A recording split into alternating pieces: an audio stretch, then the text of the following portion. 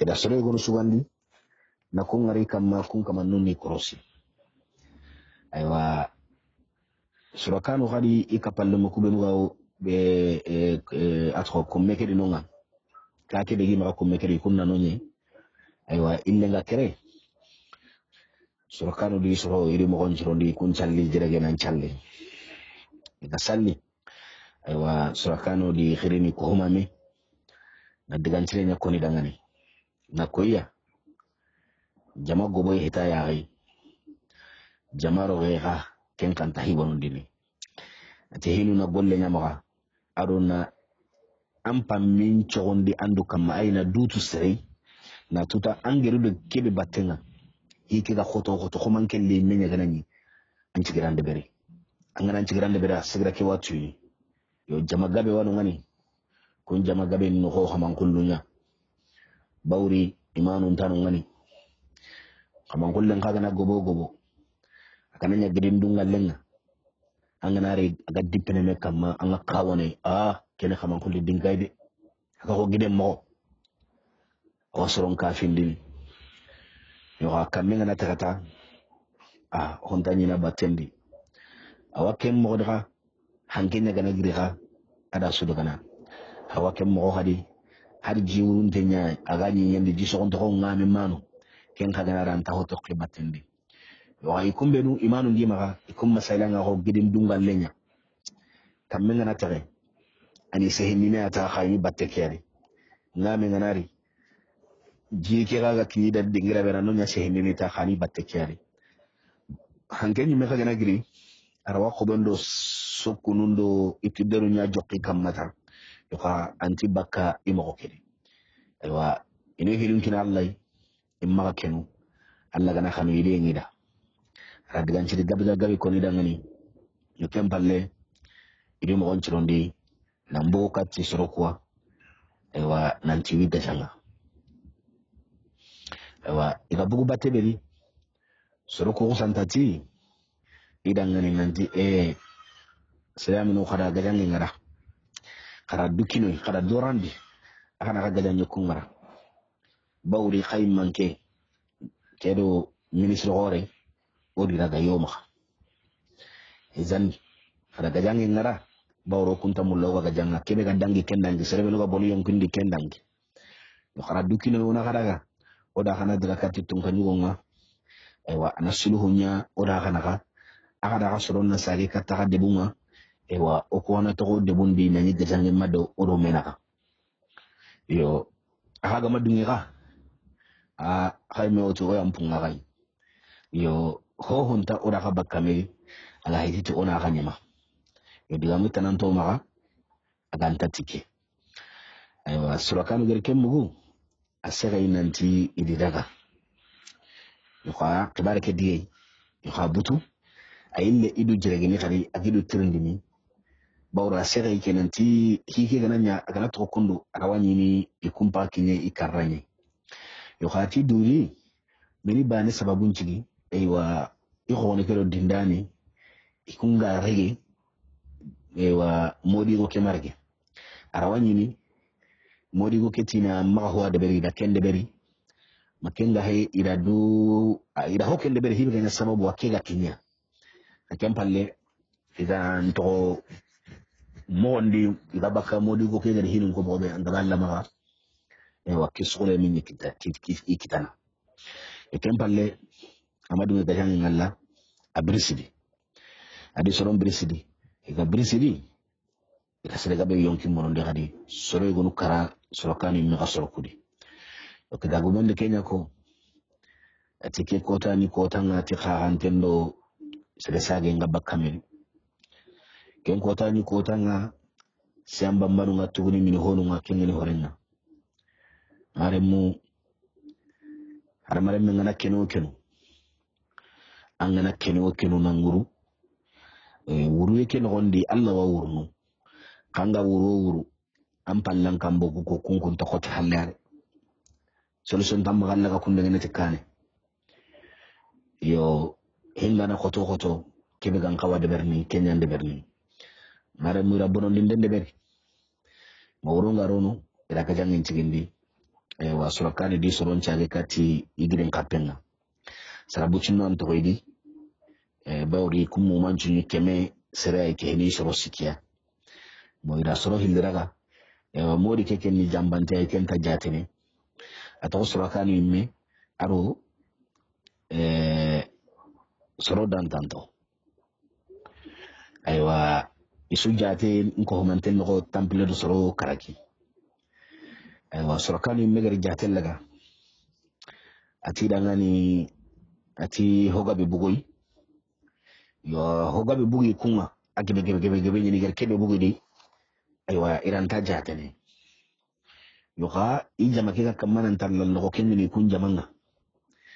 yo igana tina nya mo godi aywa amma daga nya bonon dindenga aga mori ke ga daga arawani na daga awakini ne soro kuwa ana harin koy soronda inari yo sala soro ko garni imma bu katia into girin kappe ken hondi ina lakku kusutu ina lakku njitu ina dangira no ngara serebe gana ni danginita ewa ina kellaga ina hera kute serebe gana dangini ina kellaga ina hera kute mare mu to ken al haladi aywa tampien diraga aywa surakano ci soro kudangana ati vraiment ato tampi ganni nyina manu xama to xoma o ha kampi har bani ke tampi do soro karagi halle ati ona jatere gende bar o ga kawa kibe de berni aywa soro kuti imenu durunga kamana ko yugonoti igaba e jamanga be tiketa izan ona menya ona mehana on kenya direct haragana ni ga hogabe kernodi yo ka ona legeri ragana uboni keri yugonoti ay koromanya kuno ona imbe nyarya onda imbelliya ina bugu katoi makenga he imbenni keri aywa ihanka kama ila suwanu nchua ni teleba iri ila imbe suwanu ku dipa ro karanchua kempalle itida ngani karadukinoi ahagana barasasa ha imbello no hoinga bawri hinne ntadi keta no hagana dukinoi kenken ni kenyei oda hadaga na katitun kan gonye surakano madunge surakaman no madunge ida imbelle igada imbello henga imbeke wakamana ndakati imbeka kamana ndakati après que gwanu ngani kenno konno ko khirsegoy iti ay qorom maganya kundu qorna hay oni brante nyaraga kuran taxa o kuni ni keta oni brante nyaraga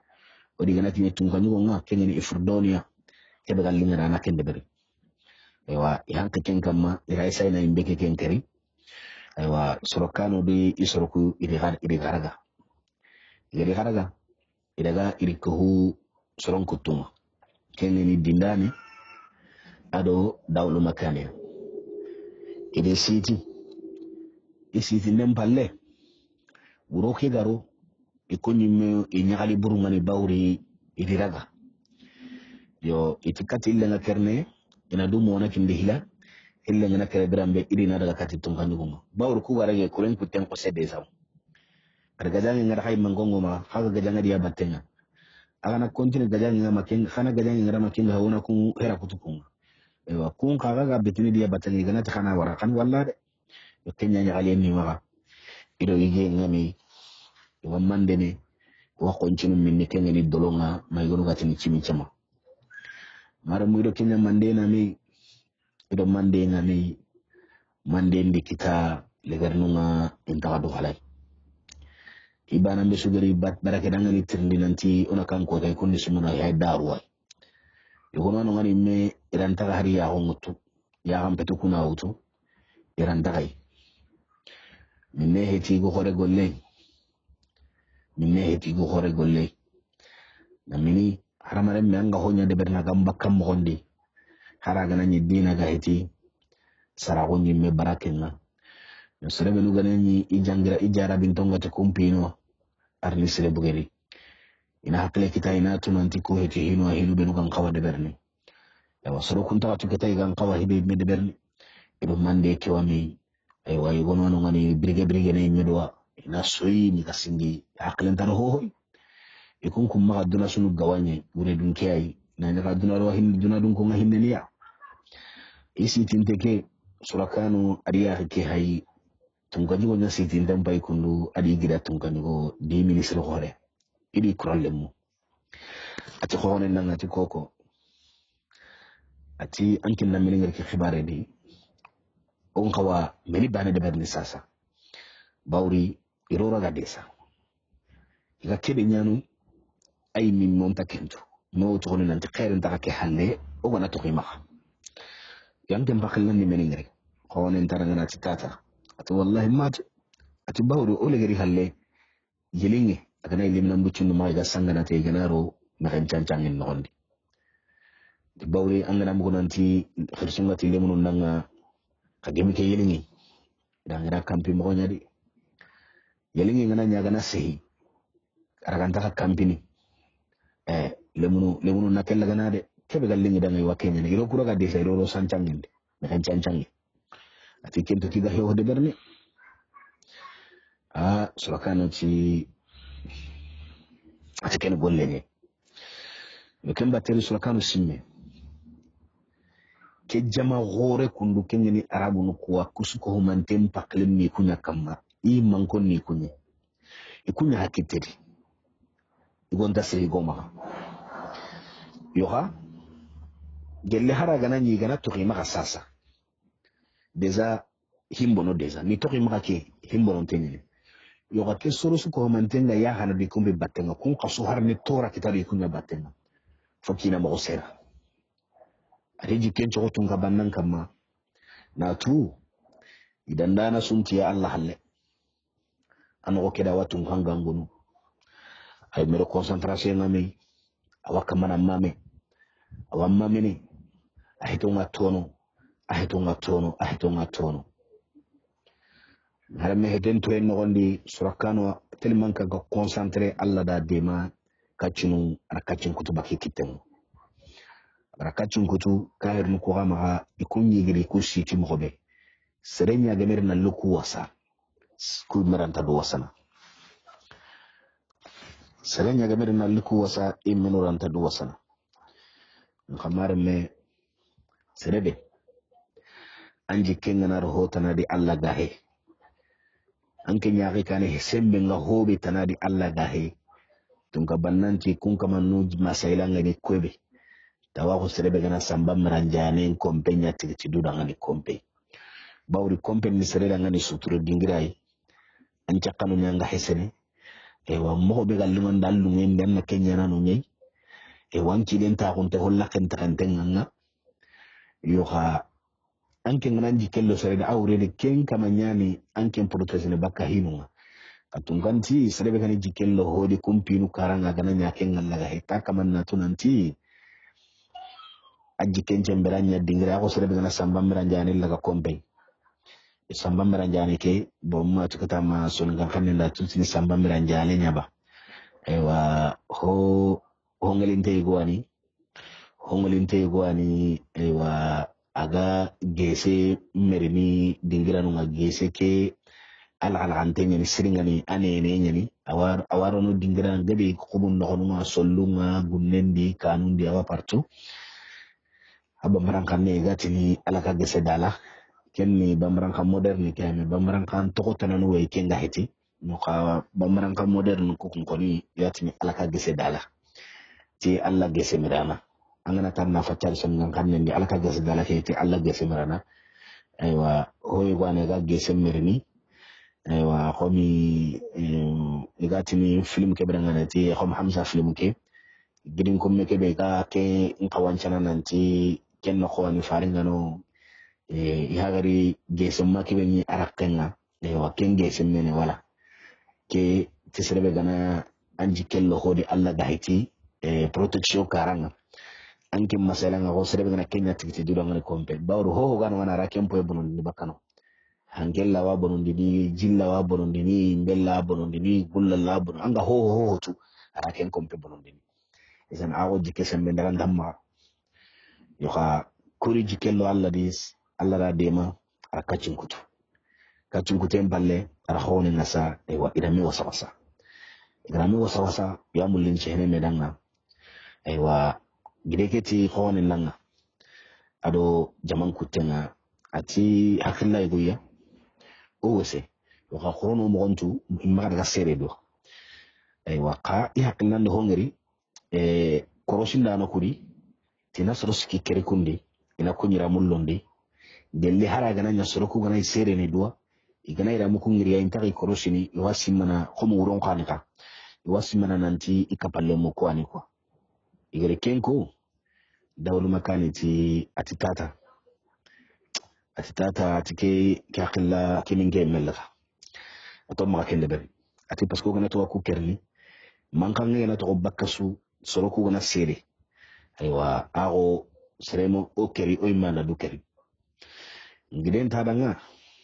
ati koko ati anger kebe ko arawanyana yoha anke nyimena jatellaga ke jama hay mo be okuran tabaka kenaka kunaka igomoraka deza oyi maka deza ogana kinye bone nyano dangani iga bone bane be nyana on takentu ka bone nyano da wo bane no ka hesoro nyani do batenga yo alla do ida oketi wesene ke solution kundona kende beri anger kebe ko arawanyana meka intasere me haga gana nya mekadi deja odi biri sene menia deja koni arni omoro ga kundunga na o keri ko anga selengel gana mo be na nyallunga au moins o haro oduro ko tende beri yo gelle alla gana ke hoyiga aywa ana nyongo danga ni suturanga maka kunti kammo ida me ya gumbai ichi tongu komi imiru duru nyani birendo ko ne ne pia ni mankonga yo igana tinche hemo ko gramma daga nyamo ko mene go dido menaka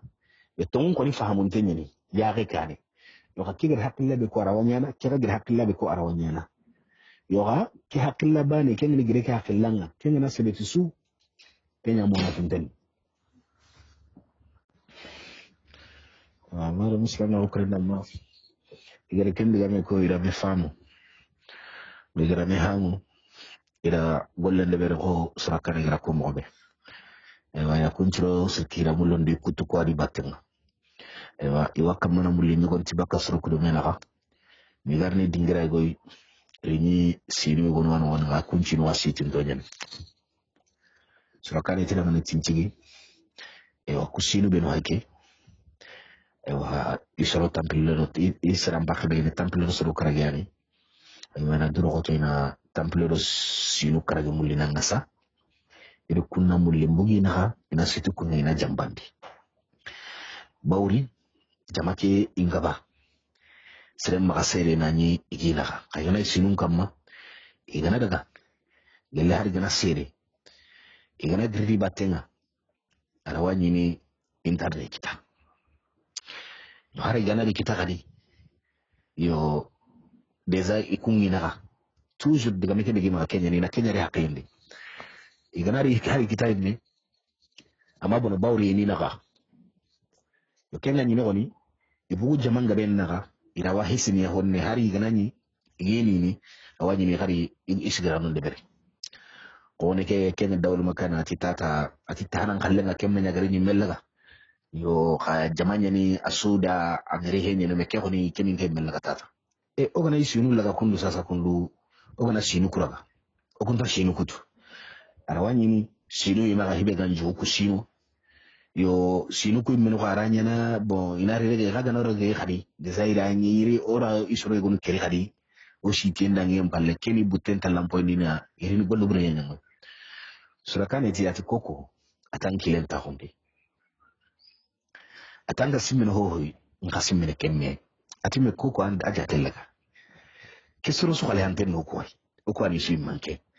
deza o kuma ga deza har so madu butiyo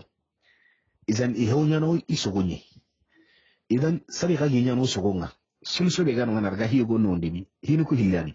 imma into kitana o ga kinyo soronga baneta asika suntidi o gar golle be nyakuwa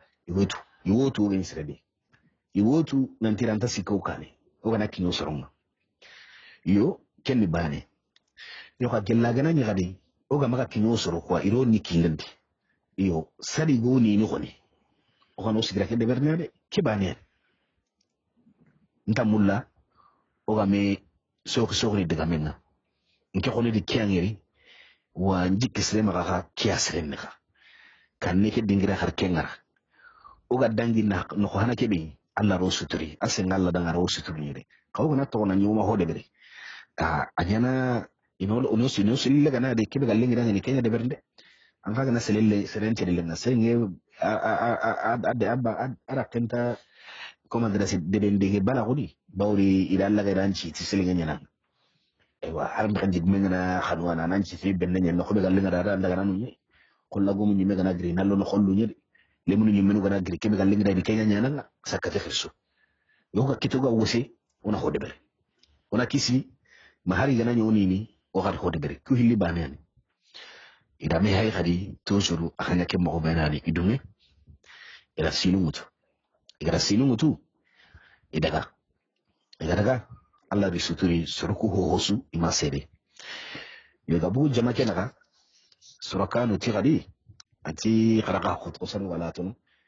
haqillata inga umma daga kundu kudi gogo yesu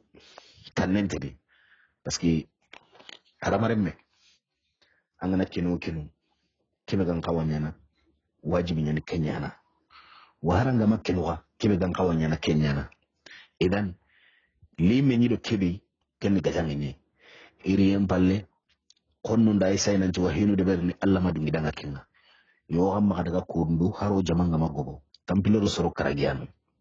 yo ha khomi oga dingira kibiri re haya ni gidin dingira nyani gide ke khore nyani epi itunga benga hakilla go imma ona kende beri iti kende mele ati ona segi gide ke kamona sankri ko na sankri ona osuna gemedi ona kare kan bani kuni dangali tabani kenge ne kom nan cheti oga ta kuma chube ne kono do mena ko ma Allah akbar ndiga muku nan to kun islamu kuran le munye aywa orikata ay kata kembono komini barbati kenga bogana ko do mi ngano gana xaar gidin kum mekino gondi gidin xam xay me gotu gidin dingiran ko angana sehana ci xamne ke gobo gobo ndi ne ana dengati 40 sere suba 40 wamuko yo kenga na kuni ken man kan khore waroni toron kuri iro wa grabasu gille e wa gana grabasu gille wasi manananti o jamani o soroni hakari khani yakata ken mo ngutum ma imelu durun ta me korosidi ina me nyama yo kembrenga kato sorongari ni kenga ino obugi harsa donu makani tagadi ati tata ndunge dinga mencho ha ke khori ntadu ne ke marike ntadu ne ke ninge melaka uga kinyere go mongere undaka surakano taranga nati kuka tindike na konanda ntomma kamenchara ka atara wanyi ni mesasa ne giriyo yaro batenga koma nyi megra kebeko arawanyi ni suni magaga nkoto kusinu kwa izani gana rero go yari no olimuna laga kebe galingira ngina nyangu mesko kan ko dugune kenyeba ala diganga gaga ko ille garunga iridunge ida sehigiden kama iga qare ti soroku kama na Allah akbar ndiga men ko anan to khonno hayabu ida diga mo ben ko reera tenko soroku mugun kutum ma ya grabasu gilli ikun simananti surakani di soro nyalle khaniya are me medu durum birse medi irame bonon disri soro yugo no wakitidi kundaga idenye risi kubeni sitire kun krosi idini nkano yosa khariti jamadama tekara gagange ngara janga ke khara khanne be ha bu kubeni gaji sitino maka surakani di soro kwani iyani imarga no to ido erentala to corona hera kutia imero je ido mejere ginde ngami bawri kenni irame bonon disri yo igredi batenga anga serne himbe iri yori surakani dawlu makani nagar kebe ko arake ajoti kebna khoy ewa gari yori keta bawru sinu yi kuma kontinu kunni sinchaju nyai ewa atitata atahai atinda tako aha anya kongra ko mobe surakanu taranga atukoko atangar kebe ko kenyanya ko kagar kebe ko bawri nda hinu ko hilla kunanda imma ino kita imma into kitana yo kay ganara go yika kebe ganyana kinyana yo diga me dingira hetire koko duro ko tenyanga jabo kama ona duro ko tenyanga jabo kama kita ona duro ko iri mo gonchirondi igatini ntolongo ya anga sidene himbe ko sonu gonga kono iti Allah njow harenga tallan njow I harenga anga sidene himbe jamayugo itoronga jamake khanendi latu indi iri heina kwa jamake do fitas na tolongo katia iro sinu iwa sinu kama iwa tolongo katia iro takbiru ngame aro tahlil kenya gani الله أكبر الله أكبر الله أكبر لا إله إلا الله الله أكبر كبيرا والحمد لله كثيرا وسبحان الله بكرة وأصيلا ولا إله إلا الله لا نعبد إلا إياه مخلصين له الدين ولو كره الكافرون اللهم صل وسلم على سيدنا محمد وعلى آل سيدنا محمد وعلى أصحاب سيدنا محمد وسلم تسليما كثيرا الله أكبر الله أكبر الله أكبر لا إله إلا الله الله أكبر كبيرا والحمد لله كثيرا وسبحان الله بكرة وأصيلا ولا إله إلا الله الله أكبر الله أكبر الله أكبر ولله الحمد maremme jamake be galla twendi ido ke khanne ana do karanga wagilliti karanchuwa telmanke gunne kerino ngari ke gonjola do ku gidu do menaka antoronga na nyike khanne di tantino ko nyinyam pay gillia kembatte ni surakano no terinke iratunanti ijama kuyugono harni kundu mara muslima okoran ma konno kubenu ganyino ngani mugun kutum maga ikon kumbana be sura simananti nyanya hasralle anga sarne himbe kayrundo hankello khara ira hankello karagollo hankende anga nakta no khobe e wajjama ke betiri batena surakane di soroku e willi panata wi yankannini way gonu ragana wakacenci technique wona hannellaga maremme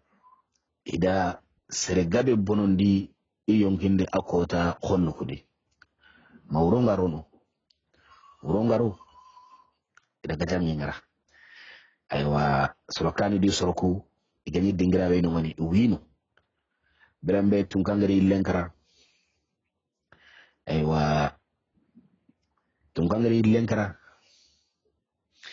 aywa ida jama kudi kumenu geni soro go ni ngai ni greti atrak bangenga do khoy go ni ma kanu ngai watini non atrak bange aywa ken kumenu ga greti non tampillo wujine si setana ken non kita argumenti bana be sugara na ko ngaranti kuni jarin tonyi atanga na ku bana be sungaranti kuni jarin tonyi dawlu makanu megeri kenri ay me an kabaki sinna atorongo kati sorokui ni kunyi kempalle atidangani khasunni misuwese ti idenga bawri allanjere wakati wana nungunu hiyo wana alla wakili da battenga awake mawadi ko serebe ganani liya wan kamma amma dum anga mulanna nyahi moyen tanda iguana ngama ya hareana makenga he aywa anga dingira murini dingira ntamaka anga luwayenga anga nay bakayra anga daga nayre kempaminga manga golli murini manga kayti murini manga jagondi murini mare manke ngamulla hinu kuna nyamo gobe anta kamana nyakundunga yo hakesu amanji kebko alladi andanji kencho alladi anga kamana sababu ngolli ko sidna Umar aga namurun soro gonu ngalla gari katiya nanti dangani nanti hakunni meni saramenu ga tidangani to kun soro ayu o wakalin tangina Allah bawri kunta wata na hinun kina Allah ita inta kamana ho hodbere ati dangani atagama tungu ko de ataga kumpeti soro ha wakalin to gina Allah hakunni soro ay kay kaga yigene ay katta ga gendeni me ganta kamana golle de bere ati bawri wakalana ngani serebe ati hunti ho ngana yamma aga huntini me foka nan cewa ana hunti atanga nan yin yake so anna hunti ho kare ni yen nogonti an ga kai bawri Allah na bagan din dananga an ga ron yin yake wure Allah ga nalle haga bakka mo ba bakka kunu yo me foke an kenya na a hunti ho kare ni yin ran na so anari bugu imma anari bugu ana gobo imma antar no gobo atu wakele ni kenye kanan ta kuta kembe ta yare awo serebe to munye Allah karamaren me an wor jaga ke Allah ganati wangor ke kana hohori awakin nan atin mante no Allah metan nan tawude awo serebe hajunga nan kangenga Allah nku kange do uncire Allah nku kange do usre bawri kange tananku am bakhlan na hoy gwada ngana kange kita idan ko man kenya ga kange ke mulla gana nyanga ndasre nyen do khandi do uncire nya ko kampa hajunga nan kangenga maremme anda gana damal laqene kangenga bakkan ko banda gana nonye asenga Allah danga Allah rawanto khamka ko kanko mpeke no hondi sere gona daga damal lakka kana kangen gita anari anara gagan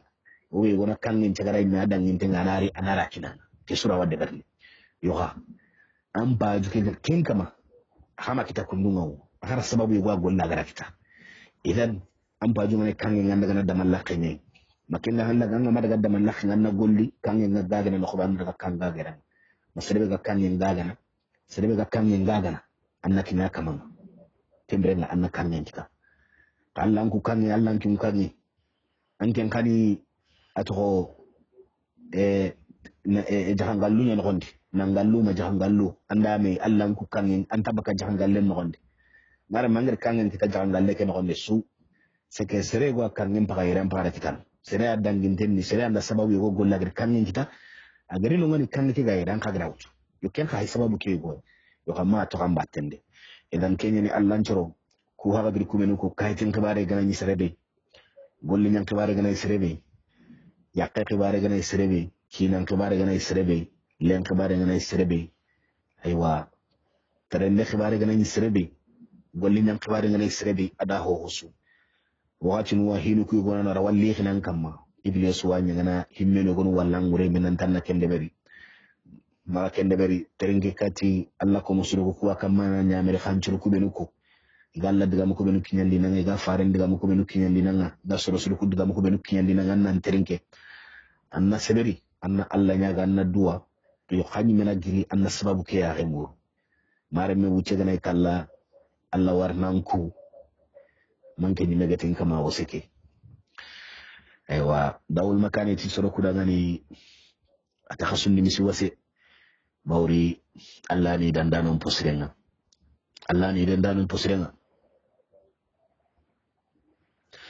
aywa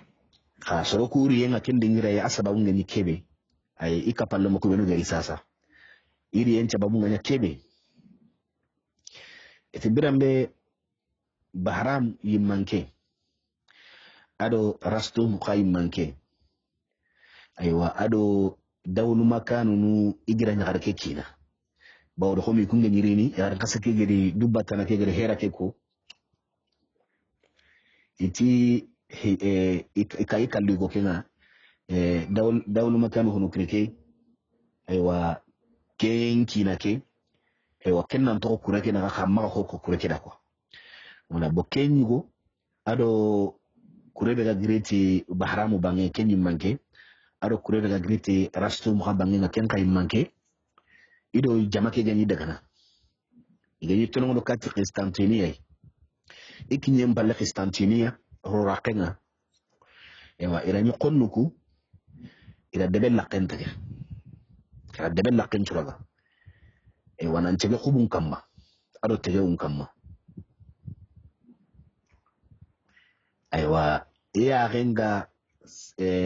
arabunu ku sorollin tonga iga jamake gibengeni alhala kebedi ikunda debel laqen tage aywa bawri tronga sinun tre khanundi ado khobe imme setan ngana antino ho bure ngana ni bure ngana nya gana de bonondi ndi tenu no liga sank ni mo be tellement que serenga tu karancho aywa kenni islamin ko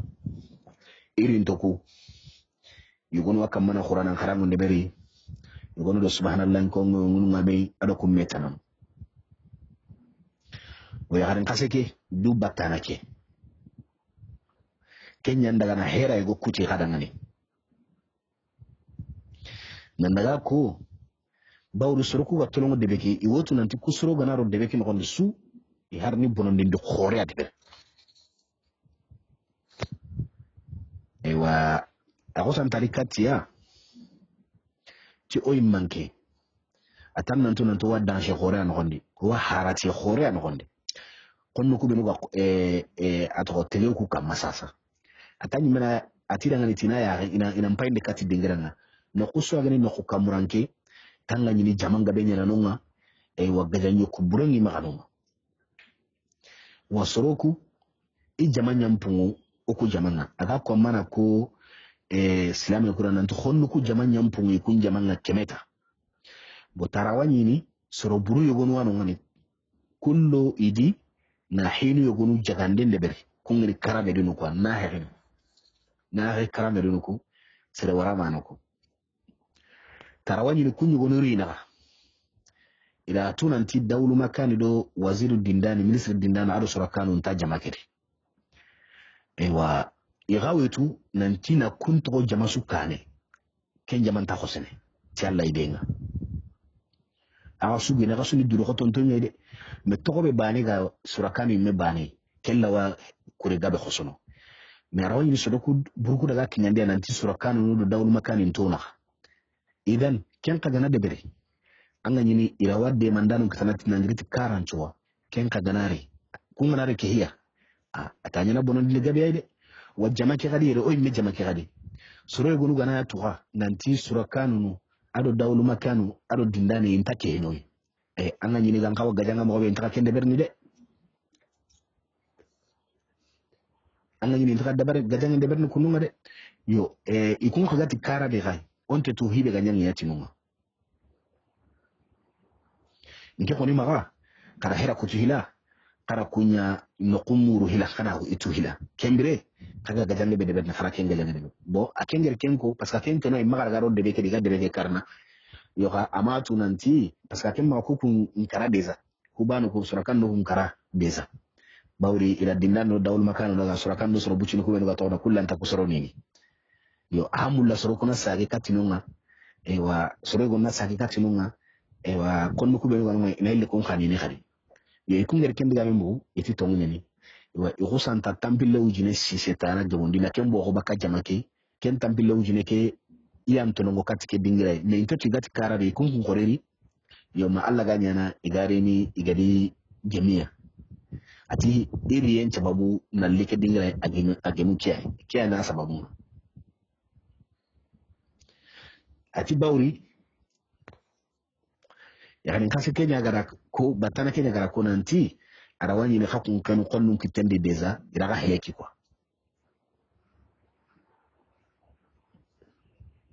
bon ya gara ke mega kenya ni du batana ke aga setu siego ati qonnu ku dangani bawru kunya na ken kapalle mu quoi tiya mulla indaga silamin ku jaman naga ina hera bure go kutimaga katta ku dangani iraga ntarono aga kamma tibawri gana ko dina nanti so ku karasu iwabo gane bakaka ku ngai taro no kakama yo kemrenga ikenaro ire meke kama ado tunkanyugo fi afridon ini khibare ni tiki khibare ya ewa ku jama kundu bo halle ikunde ikuren na mulina ligadi inari ko kutekebe ga tokono ngani gana yanka kun kama